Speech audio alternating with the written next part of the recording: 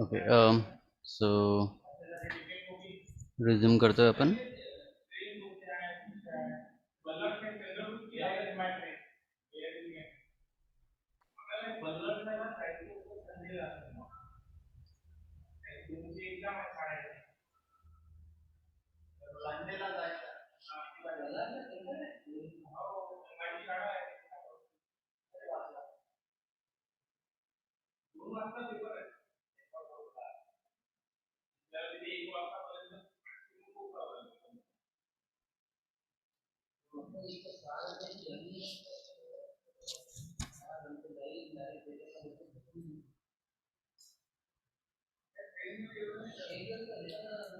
Okay.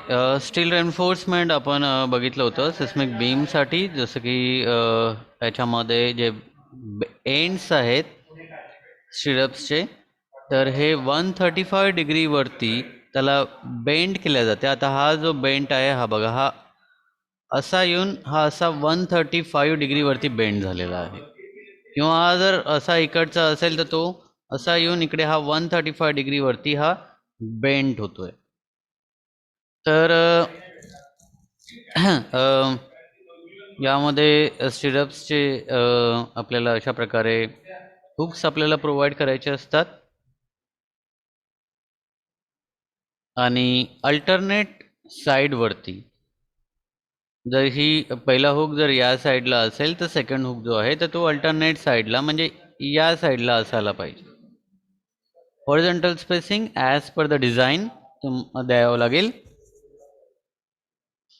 आणि जी आता हा जो हुक राहतो किंवा इथे जे बेंड करण्याचं हे जे डिस्टन्स आहे तर ते किती असायला पाहिजे, तर हे greater than or equals to 10 times diameter of the stirrup. समजा 10 टाइम्स म्हणजे आता जर समजा तुम्ही 6 mm चा डायमीटर प्रोव्हाइड करत असेल तर 10 टाइम्स 6 mm तर म्हणजे जवळपास 60 mm हे मॅक्झिमम जायला पाहिजे.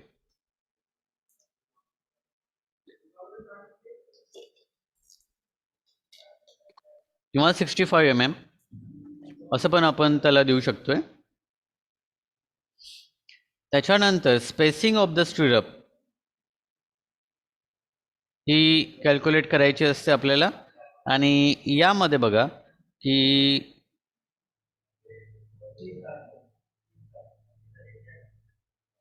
ही जी स्पेसिंग आहे या रिजनमध्ये म्हणजे नियर कॉलम किंवा नियर सपोर्ट आपण म्हणू शकतो,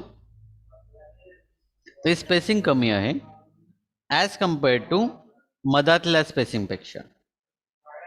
तर यामुळे काय होतं की हा जो जॉईंट आहे जॉईंटमध्ये फेल्युअर जास्त होतात, तर फेल्युअर ते होऊ नये तर त्याच्यासाठी आपण हे प्रोव्हाइड करतोय की जी स्पेसिंग आहेत स्टिरपची स्पेसिंग ही कमी कमी असायला हवी.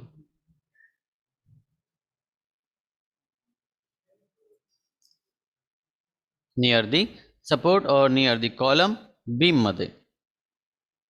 आता यामध्ये बघा की स्पेसिंग ऑफ स्टिरप्स जी आहे तर ती म्हटलेलं आहे की कॅल्क्युलेशन्स प्रमाणे D/4 पेक्षा जास्त नको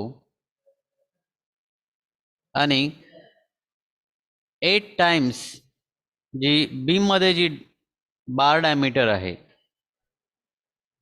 बीम मधलं जे बार डायमीटर आहे त्याच्यापेक्षा 8 टाइम्स आणि D/4 या दोघांपैकी जे काही जास्त असेल, जे काही त्याच्यापैकी जे काही D/4 जर समजा जी काही इफेक्टिव्ह डेप्थ असेल त्याला आपण D/4 म्हणतोय, आणि 8 टाइम्स बीममध्ये जो काही बार डायमीटर आपण तो यूज करणार आहे ते यापेक्षा जास्त असायला नको, नॉट मोर दॅन.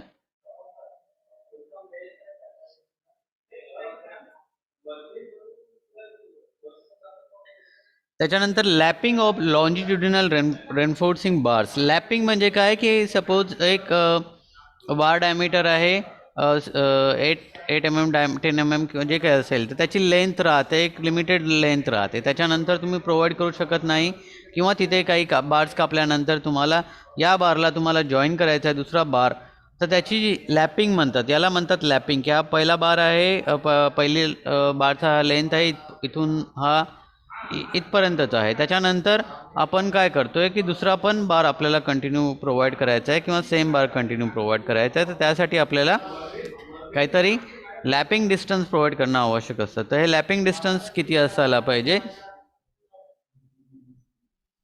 तर एक तर पहिले बघा की लॅपिंग ही प्रोहिबिटेड असायला पाहिजे की जिथे हा जो झोन आहे नियर द सपोर्ट या झोनमध्ये कधीच लॅपिंग करायची नाही. लॅपिंग काय म्हटलेलं आहे, प्रोहिबिटेड, इथे नाही प्रोव्हाइड करायची.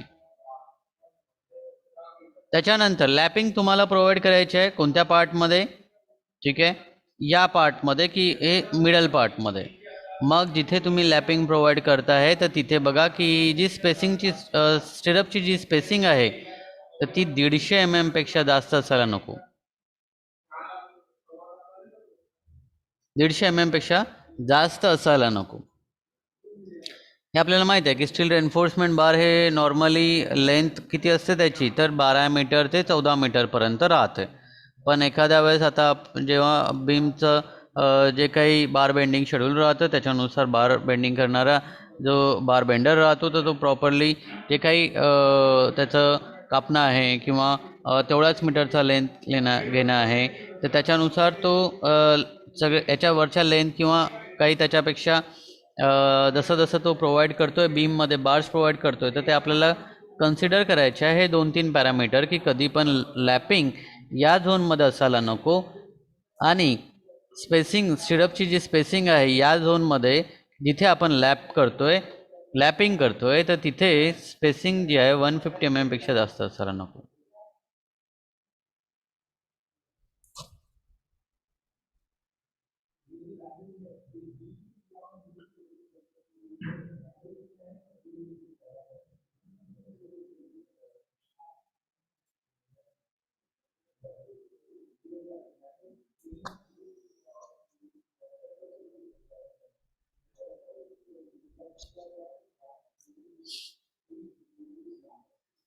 ओके, डक्टाईल डिटेलिंग कॉलमसाठी कसे आहेत आणि जे फ्रेम मेंबर्स आहेत ज्याच्यामध्ये बेंडिंग आणि ॲक्च्युअल लोड असेल, म्हणजे मोस्टली कॉलमसाठी कशा प्रकारे असायला पाहिजेत, तर ते आपण इथे बघणार आहोत की जनरलाइज्ड वेमध्ये की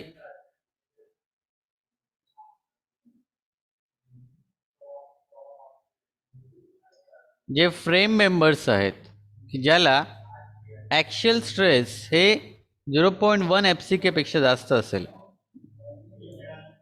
अर्थक्वेक फोर्सेसच्या वेळेस, त्या केसमध्ये सुद्धा हे अप्लिकेबल आहे. तर मिनिमम डायमेन्शन जर असेल, मिनिमम डायमेन्शन हे बघा की 200 mm पेक्षा कमी असायला नको, नॉट लेस दॅन 200 mm. जर फ्रेम्स असतील त्यामध्ये जे बीम आहेत तर ज्यामध्ये स्पॅन 5 मीटरपेक्षा जास्त असेल बीमचा, तर डायमेन्शन जे आहे तर हे 300 mm पेक्षा कमी असायला नको. सपोज कॉलम आपण पाहतोय तर कॉलम्स जे आहेत अनसपोर्टेड लेंथ ज्याची 4 मीटरपेक्षा जास्त आहे तर त्याचं सुद्धा मिनिमम डायमेन्शन हे 300 mm, ठीक आहे, मिनिमम 300 mm, म्हणजे याच्यापेक्षा कमी असायला नको. स्लेंडर कॉलम्स अवॉइड करायचे आहेत आणि चेक करायचं आहे की जे फेल्युअर आहे कॉलम फेल्युअर हे बीमच्या पहिले असायला नको. म्हणजे जर बीम पहिले फेल होत असेल तर चालतं, पण कॉलम पहिले फेल व्हायला नको.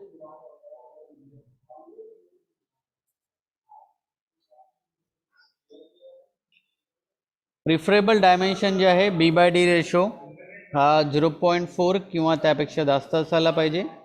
म्हणजे हे जे डायमेन्शन आहे B/D हे ग्रेटर दॅन 0.4.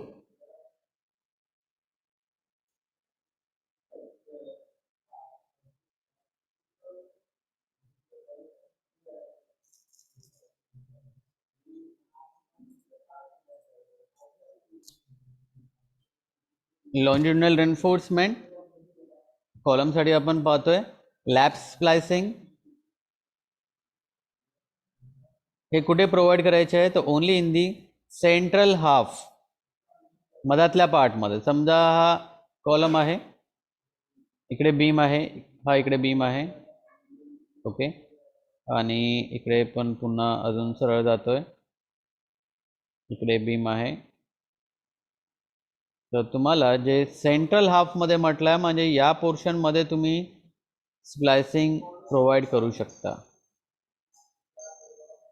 हुप्स जे आहेत तर ते जी स्प्लाइस लेंथ जितकी काही असेल तर तेवढ्या स्प्लाइस लेंथसाठी हुप्स किंवा आपण म्हणतो त्याला स्टिरप्स, तर ते आपल्याला या टोटल स्प्लाइस लेंथसाठी प्रॉपर कमी त्याच्या डिस्टन्समध्ये प्रोव्हाइड करायचे आहेत. स्पेसिंग ऑफ हुप जे आहे तर ते 150 mm याच्यापेक्षा कधी जास्त नको.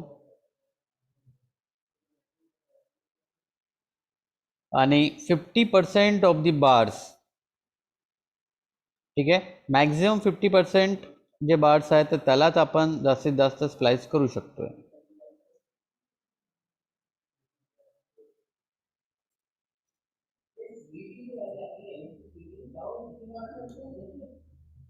आता ट्रान्सफर्स एन्फोर्समेंट कशा प्रकारे असायला पाहिजेत?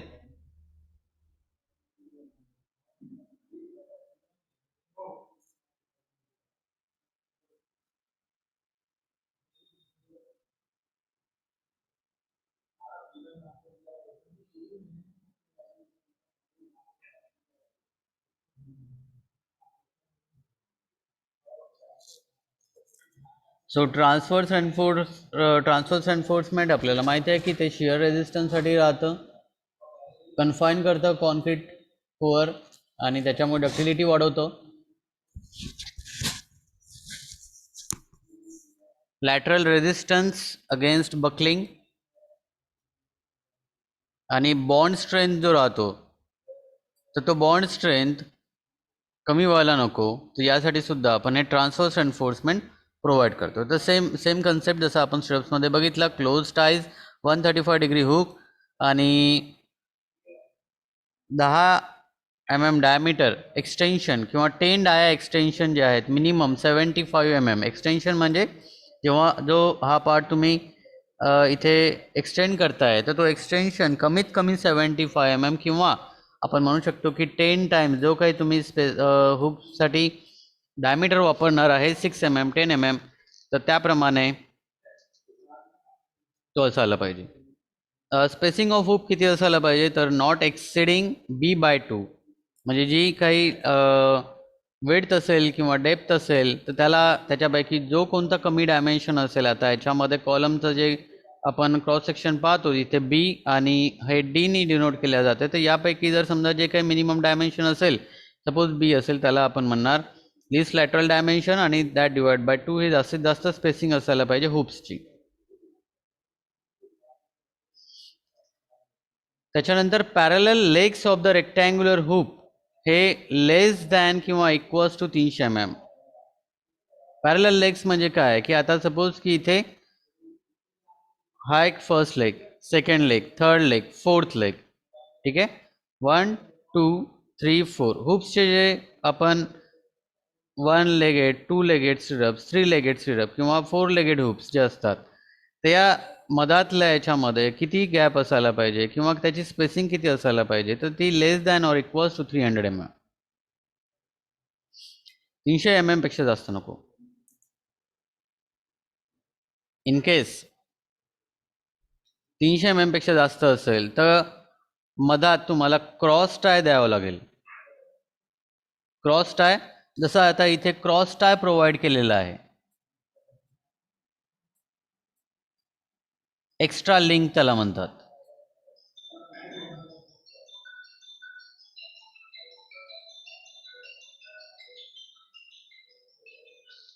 तर स्पेशल कन्फायनिंग रेन्फोर्समेंट, आता कसं आहे की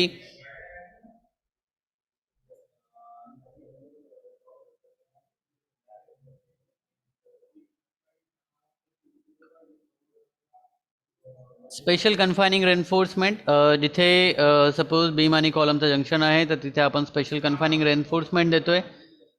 तर हे कुठे कुठे अजून प्रोव्हाइड करू शकतोय की provided over a length of, या लेंथवरती जे जे जॉईंट आहे, ठीक आहे, joint face towards mid span,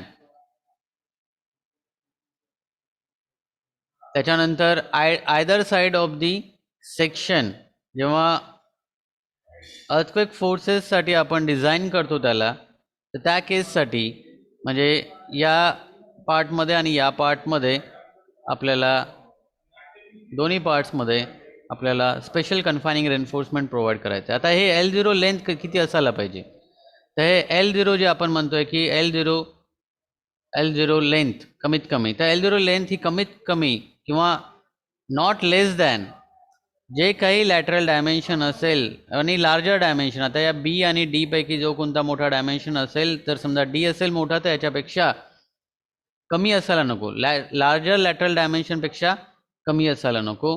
1/6 of the clear span of the member आणि 450 mm, या तिघांपैकी जो कोणता ग्रेटर असेल तर त्यापेक्षा कमी असायला नको. L0 म्हणजे ही स्पेशल कन्फायनिंग रेन्फोर्समेंट किती लेंथपर्यंत प्रोव्हाइड करायची आहे, तर ती कमीत कमी इतकी प्रोव्हाइड करायची आपल्याला. स्पेसिंग ऑफ टाईज, मग आता जिथे तुम्ही जिथे स्पेशल रेन्फोर्समेंट प्रोव्हाइड करताय तर तिथे टाईज कशा प्रकारे तुम्हाला द्यायचे आहे, तर तिथे टाईजची जी स्पेसिंग आहे तर 1/4 of the minimum member dimension.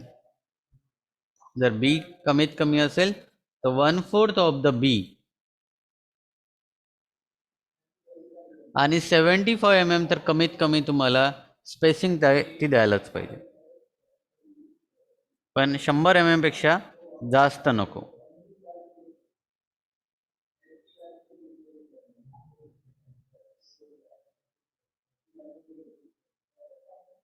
तर सर्क्युलर हुप्समध्ये किंवा रेक्टँग्युलर हुप्समध्ये cross section, area of cross section किती असायला पाहिजे, तर त्याचा फॉर्म्युला इथे दिलेला आहे की जो 0.09 S इंटू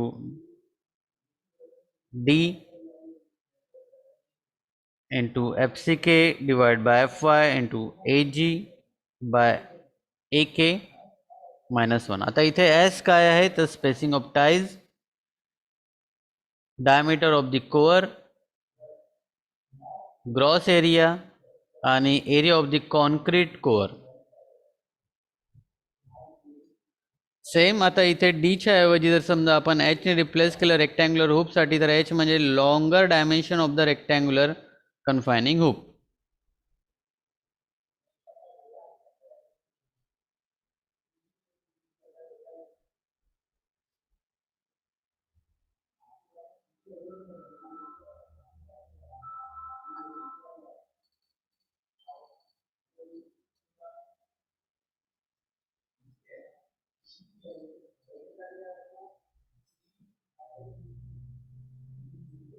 तर हे आतापर्यंत जे आपण बघितलं ते डायग्रामॅटिकली जर आपल्याला बघायचं झालं तर इथे पाहू शकतो आपण की स्पेसिंग ऑफ टाईज, ठीक आहे, स्पेसिंग ऑफ टाईज. आता जिथे जंक्शन आहे, बीम आणि कॉलमचं जंक्शन आहे, तर इतका जो हा पार्ट आहे तर तिथे लक्षात घ्या की not more than D/4, D/4 पेक्षा जास्त असायला नको आणि 75 mm पेक्षा कमी पण असायला नको आणि 100 mm पेक्षा जास्त पण असायला नको.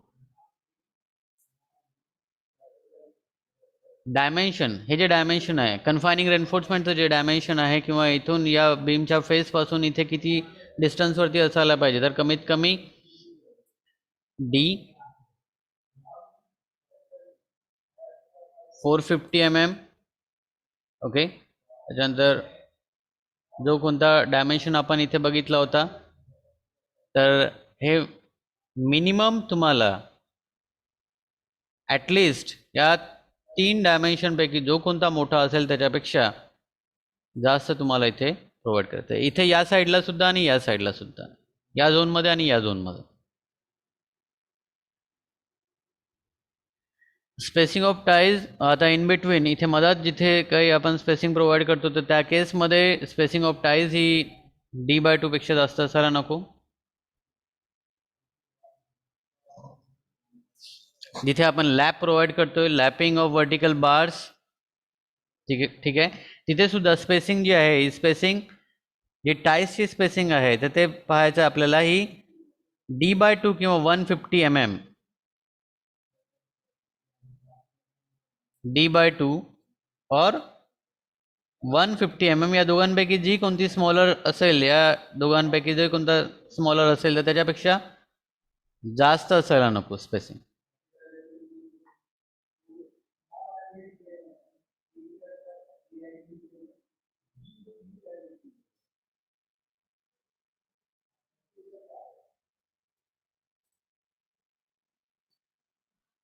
So ductile detailing of joints, beam आणि column joints most of the time ductile detailing किंवा हा जो पार्ट आहे हा मेजर पार्ट राहतो. इथे फेल्युअर जे होतात त्या जॉईंटमध्ये फेल्युअर होतात आणि हे अवॉइड करणं फार आवश्यक आहे.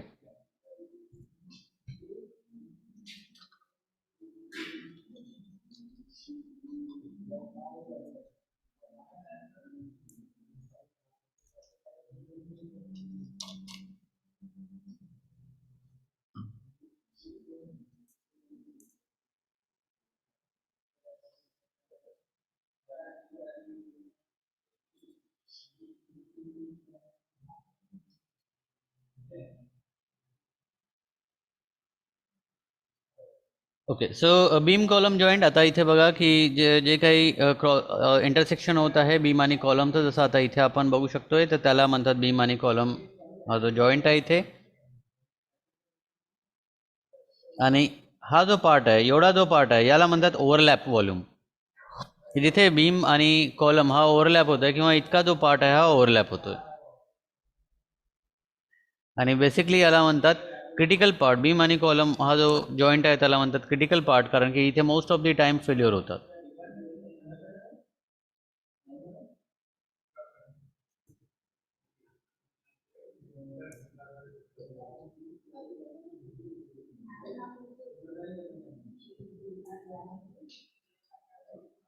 याच्यामध्ये महत्त्वाचा पार्ट असा आहे की डॅमेज जे होतात, जॉईंट जेव्हा डॅमेज होतोय तर ते डॅमेज रिपेअर आपण या जॉईंटवरती करणं हे फार डिफिकल्ट जातं. त्यामुळे हे जॉईंट प्रॉपरली डिझाईन करणं फार आवश्यक आहे. तर आता इथे कोणकोणते पॉईंट्स आपल्याला लक्षात घ्यायचे आहेत की जसं आता आपण याच्यामध्ये बघितलं की बीम कॉलम जॉईंट आहेत आणि हे क्रिटिकल असतात. तर आता इथे मोस्टली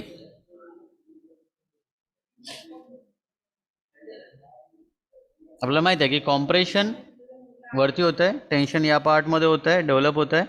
तर त्या केसमध्ये loss of grip on beam bars in the joint रिजनमध्ये होऊ शकतात. जॉईंट रिजनमध्ये जी ग्रीप आहे तर ती रेन्फोर्समेंट आणि कॉन्क्रीटची जी ग्रीप आहे तर इथे ती कमी होऊ शकते, किंवा इथे डायगोनल क्रॅक्स डेव्हलप होऊ शकतात, किंवा क्रशिंगमुळे हे अजून जास्त डिफॉर्मेशन होऊ शकतं. कारण की एका ठिकाणी कॉम्प्रेशन होत आहे आणि एका ठिकाणी टेन्शन होत आहे, तर या पार्टमुळे डायगोनल क्रॅक्स इथे डेव्हलप होऊ शकतात. सो बीम आणि कॉलम जॉईंटमध्ये लक्षात घ्यायचं आहे की आपल्याला जे टॉप बार्स आहेत तर हे एका डिरेक्शनमध्ये पुलअप होतात आणि बॉटम बार्स हे अपोजिट डिरेक्शनमध्ये पुलअप होतात. आणि मग या केसमुळे जे हे एक वन डिरेक्शन आणि एक दुसऱ्या डिरेक्शनमध्ये झाल्यामुळे याला बॅलन्स करण्यासाठी जे काही बॉन्ड स्ट्रेस या कॉन्क्रीटमध्ये डेव्हलप होते आणि स्टीलमध्ये त्या रिजनमध्ये, तर ती फार आवश्यक आहे. ते जर समजा कमी होत असेल तर त्या केसमध्ये इथे फेल्युअर होण्याचे चान्सेस जास्त असतात.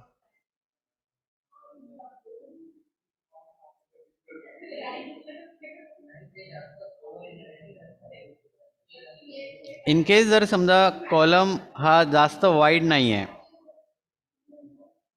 किंवा तिथे स्ट्रेंथ ऑफ द कॉन्क्रीट ही कमी असेल, मग आपल्याला इनसफिशियंट ग्रिप मिळेल. त्याच्यामुळे कॉलम मोस्ट ऑफ दी केसेसमध्ये जर समजा बीम जे आहे ते कॉलममध्ये जर समजा ऑक्युपाय होत असेल प्रॉपरली तर ते फार आवश्यक राहतं. अदरवाईज तिथे प्रॉपर ग्रिप भेटणार नाही. इनसफिशियंट ग्रिपमुळे तिथे फेल्युअर होण्याचे चान्सेस जास्त असतात.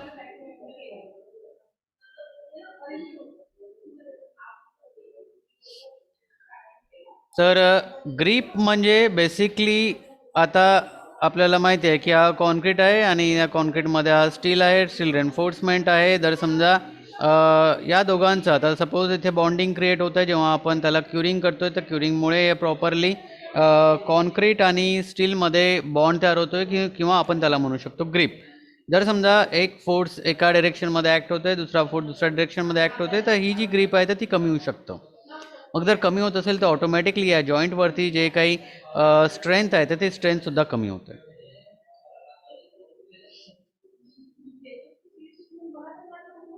सो हे जे पुल आणि पुश फोर्स म्हणजे एका ठिकाणी म्हणजे टॉपमध्ये एका ठिकाणी पुलिंग ॲक्शन होते आणि बॉटममध्ये पुश ॲक्शन होतं.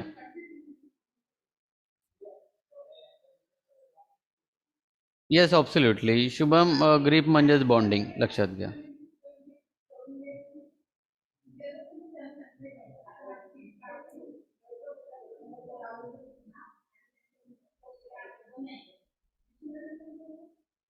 ओके.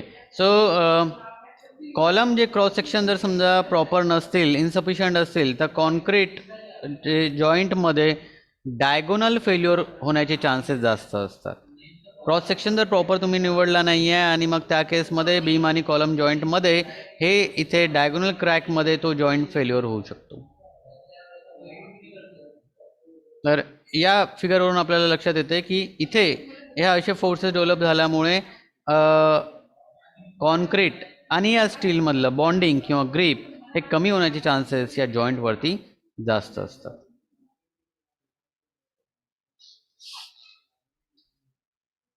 ओके. सो नेक्स्ट जो पार्ट आहे enforcement of the beam column joint, हा आपण नेक्स्ट लेक्चरमध्ये घेऊ. थँक्यू. काही डाऊट असेल तुमचे इथे तर तुम्ही विचारू शकता चॅटबॉक्समध्ये. अदरवाईज चॅटबॉक्समध्ये अटेंडन्सची लिंक शेअर करतो आहे मी, तिथे तुम्ही अटेंडन्स मार्क करून लिव्ह करू शकता.